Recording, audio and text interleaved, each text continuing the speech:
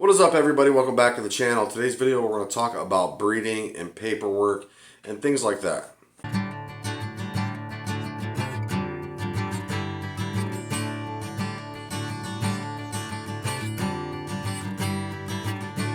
Alright guys, so before we even start this, first things first I wanted to say is I did not want to get on here and be the guy that talks about breeding and get on here and talk about all this stuff, because a lot of it is really mundane, a lot of it is common sense, a lot of it is really easy to kind of figure out and go ahead and get learnt with some simple Googling and stuff like that. So that's my first thing I'm going to tell you guys, is always go to Google, fact check me on anything that you guys want to fact check me on. Let me know if I'm saying something wrong, because I don't know everything, and usually what I do is I'll sit down and I'll do a video and then I will Google later and fact check my video and see if it's good enough to put out for you guys. And a lot of times I'll put screenshots of Google and of facts that support what I've said. But let's go ahead and get into this one. This one I'm going to let you guys kind of feel out and go for it. I'm not going to get so nitty gritty and specific on things in this one, just in general. Okay, so first and foremost, when we're talking about breeding, when we're talking about paperwork, number one, there is never, ever a guarantee. Okay, so there's never, ever a 100% guarantee that you're going to have a dog that does everything that it's supposed to. There's never a guarantee that a dog is going to be a hunting dog, right? It is going to be one that hunts. We can take 40 generations of world champion dogs and breed them together, and they could still throw dogs that will not do anything, that will not hunt, that are essentially junk, right?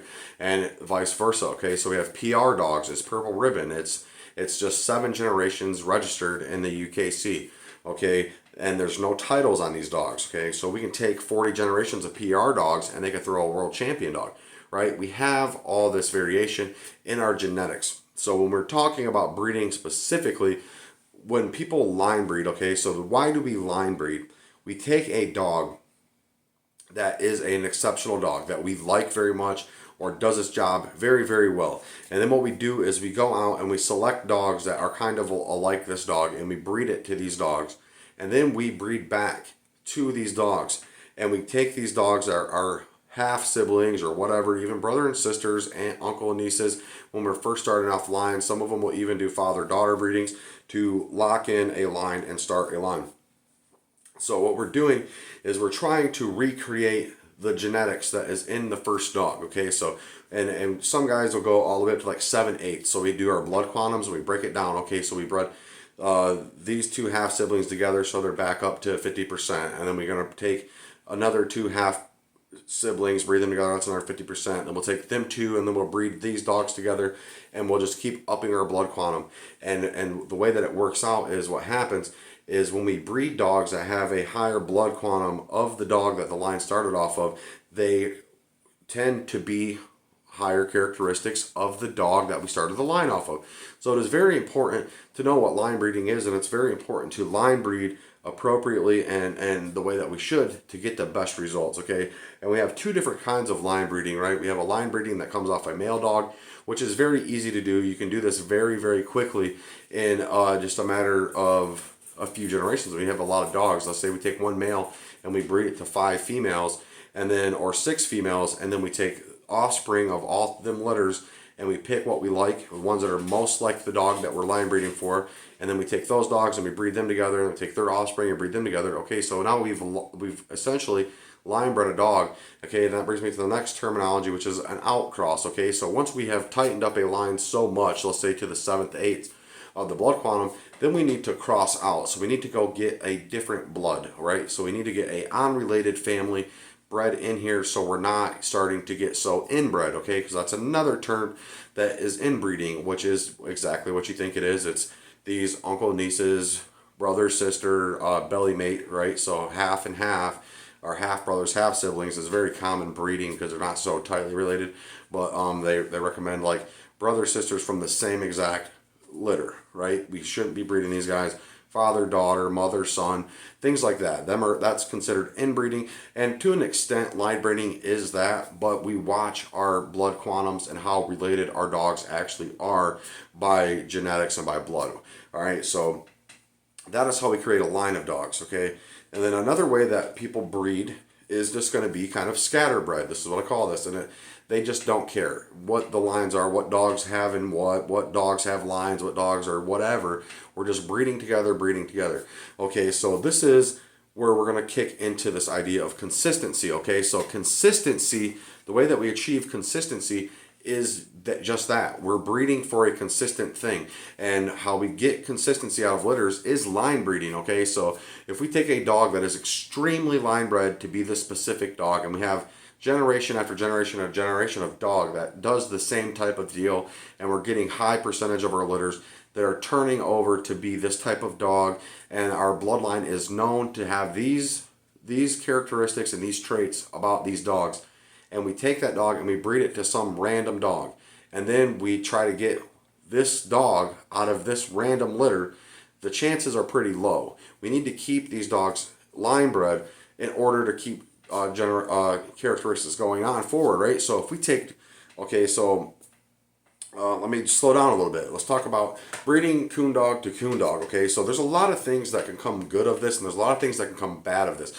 because with every breeding that we do that is an outcross, with every breeding that we do that is a scatterbred breeding, the consistency of our litters go down. Okay, so that's why we hear all the time, there's maybe only one dog out of this litter that's going to do anything, the rest of them turned out junk, right? So there's a lot of that happens, and there's a lot of that happens in the coonhound world. Now, we have litter consistency issues in a lot of breeds. Okay, so number one is the American Bully has a severe litter consistency issue. We have half the litter looks exactly how it's supposed to, and the other half doesn't, right? Or one half is a smaller dogs, the other half is larger dogs, right? There's such a clear-cut distinction between the genetics that happen in this litter. And then not to mention that, you know, dogs can father litters from different fathers, and just all this kind of things.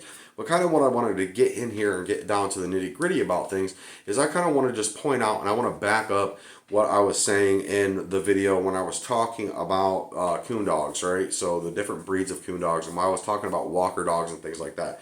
Okay, so if we take PR dogs, let's say we have a dog that has a 7th-generation pedigree of nothing but purple ribbon dogs. Okay, so they've never had a title put on them, they've never had cast wins, they have never been comp hunted, they haven't been trial hunted, they haven't been HTX, they haven't been anything. They are just PR dogs. Okay, so we take this dog from these PR dogs, 7 generations, and then we take a dog that has 7 generations of Grand Night champions in its pedigree throughout the whole thing.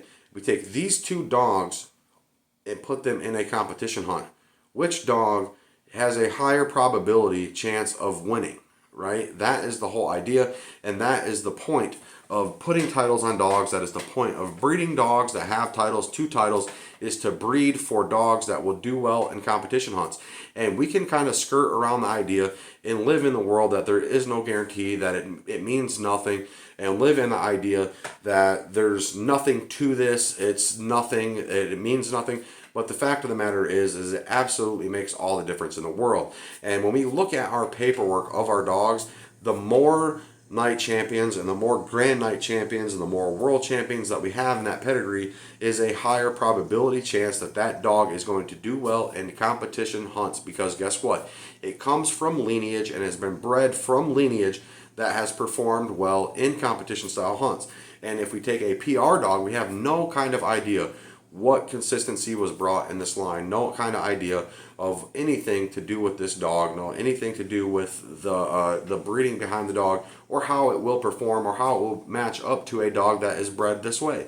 And like I said, there is no guarantees, but the point and the fact of the matter is that we do have gene pools. Okay, so gene pools is another thing that I kind of wanted to mention, kind of wanted to talk about, is we have gene pools that we are working from. Okay, so a gene pool is just genetics, right? It's a genetic pool that our dog is pulling from. Okay, so we have 6 families of dogs that are in this one dog. We have 8 families of dogs that are in this one dog. We have 1 family of dogs that is in this one dog. Okay, so our gene pools are larger or smaller, and dogs that have a larger gene pool are going to be a lot more hit or miss. So again, breeding this coon dog to coon dog thing, not caring what's in the paperwork, is going to make your gene pool gigantic. Okay, so not to say that if we are consistently seeking after a specific type of genetic trait in a dog that we consider a coon dog trait, and we are breeding that to another dog with that same trait, it kind of doesn't matter what we're breeding for as long as we have that same idea.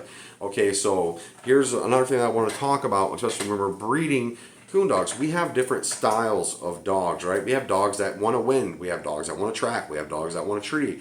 And if we are just taking a dog that is line bred on this line, that is winning because it is a very tree-minded, very quick dog, and we're breeding it to a dog that is coming off of a line that's line bred for a very winded type of dog, a cold nosy type of dog, and we put those together, we don't know what is going to happen. We could throw a rock and hit any combination of any of these traits, and just by the sake of whatever, we can get a superpower and throw that one-off dog out of a litter of 13. Out of multiple 5 litters later, we throw one good dog. Okay, so I wanted to do this video for a lot of reasons. One reason specifically is because there's a rhetorical question floating around out there, and I'm not going to name any names and I'm not going to point any fingers, but this is the type of stuff that I'm talking about, is these backhanded kind of ideas, these backhanded kind of I know more than you type of things, when all that people are really doing at the end of the day is they're lending their hand to put themselves in a position to be proved wrong. And if you're going to get proved wrong time and time again, and you're not going to accept that then fine, right? Then fine, do it your way, think your way, and not the results that we want to net. But one thing that I am very, very keen on is I want to know the actual reason behind this. I do not want to make something up in my head and then call it that. I want to know the legitimate reasons behind this. And I want to know the closest reason to this.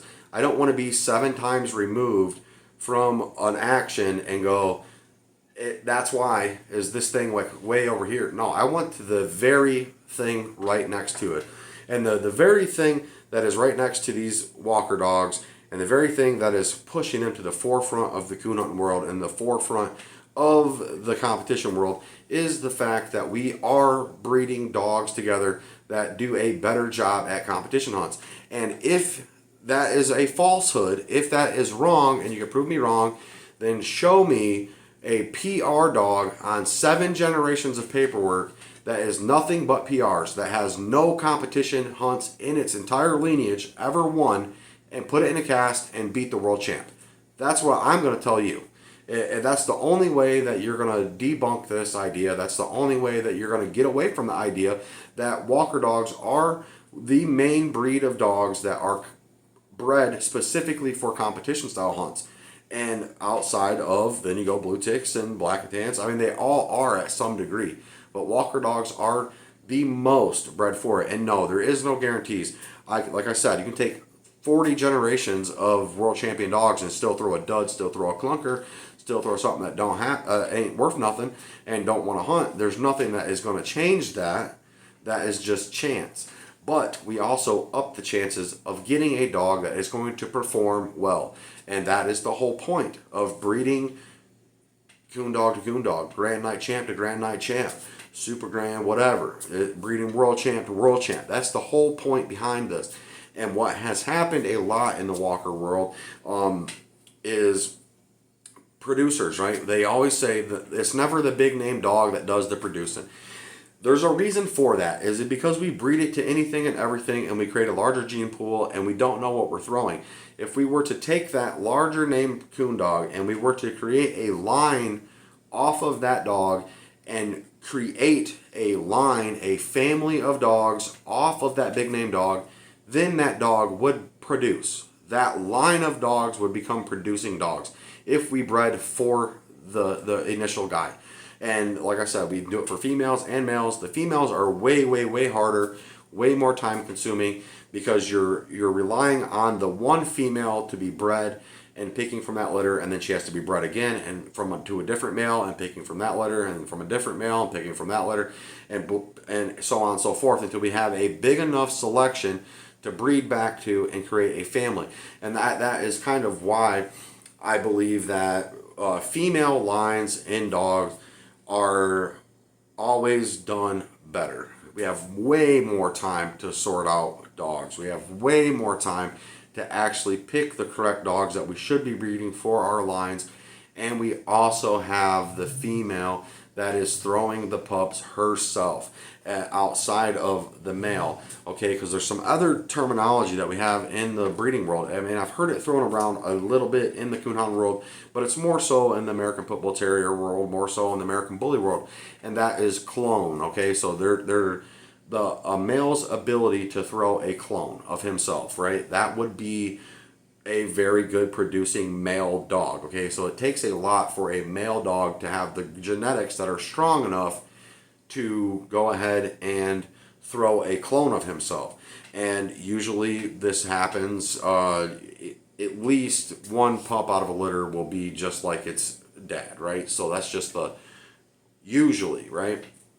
The stronger genetics that we have in our dog, the better line bred that it is, the more strongly genetic that it is put together, and the smaller gene pool that dog has when it breeds to another dog is going to dictate how many of itself it throws over that dog. And when we're throwing in scatterbred dogs, and we're taking a scatterbred dog and we're breeding it to a line bred dog, okay, we kind of don't know what we're going to get, and we don't know how strong this line is going to defeat all this gigantic gene pool of recessive or dominant traits, because we have to breed a dominant traded line of dogs to be able to be a producer. If we have a recessive gene that is showing on a dog, and then we go to breed it to another dog, it will never show again unless it meets that recessive. And how can a line bred dog with a recessive gene overcome a line bred, or any dog, doesn't matter, scatterbred or line bred, that does not carry that recessive that is in this family? So we can only, if we're do you understand what I'm saying? Is if we take a dog that is line bred and it is a superstar and it has recessive genes that are showing, we can never reproduce this animal without breeding it back to something that is exactly the same as it with a recessive trait to overcome and then show dominant again, right? So that is kind of the whole point that I wanted to talk about. And yes, we definitely can up the chances, up the performance of our dogs with breeding. And one way to prove that, one way to fact check that, one way to let you and I and everybody else know is paperwork. And when we have paperwork, then we have titles put on dogs. Yes, we have Joe Schmo out in the middle of nowhere that's hunting with 3 of his buddies, and they're messing around and scratching dogs on purpose to get wins, or doing backhanded stuff, or taking really good papers and putting on a really bad dog, or whatever the case may be. That stuff is always out there. It's always going to exist, and that's just a sad fact. But the real truth and the real reality of it is papers don't lie. If as long as everybody's honest, papers do not lie, right? So the papers don't lie. And if we are breeding coon dog to coon dog, Grand Night Champ to Grand Night Champ, or World Champ to World Champ, without considering line breeding, without considering gene pools, without considering any of this stuff, then the paperwork cannot be trusted, right? So we can trust paperwork from line bred, and that is why we have big names of lines: Schooner River, Yakut River, Stylish, Lipper, Nailer, whatever you want to call it, whatever you guys want to say, whatever you want to call it, whatever bloodline of dogs that your dog pulls from, it was developed and it was put together in a line for a reason, and that's why that dog and that line of dogs is known for doing well, right?